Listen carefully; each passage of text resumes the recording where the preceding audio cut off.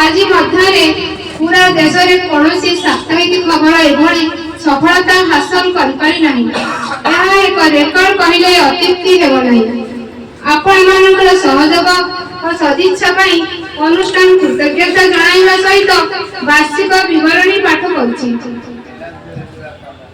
सभा कार्य आरंभ मु अनुष्ठान तरफ ईपीए प्रतिष्ठाता सभ्य एवं ईपीए वीकली वर्तमान कार्यनिर्वाही संपादक श्री ललित कुमार दास और परिचालना संपादक श्री संतोष कुमार केजरीवाल को धन्यवाद जनाउछि।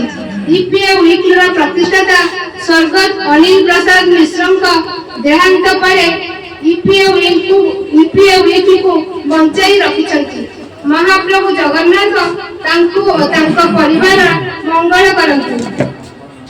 2025 मसीह श्री हरिप्रसाद भारती ईपीए, श्री नवीन पसायत बलांगीर, श्री विद्याधर साहू कलाहांडी, श्री नरसिंह डाकुआ ब्रह्मपुर, श्री डिम्पल सांडिल केन्दुझर, श्री सीताराम दीक्षित बड़बिल, श्री प्रशांत दास पारादीप, श्री मधुसूदन साहू भुवनेश्वर अधिक विज्ञापन देइथिले भी निजर कमिशन ईपीए अनुष्ठान को प्रदान करी निजर महानीयता दर्शाइछन्ति।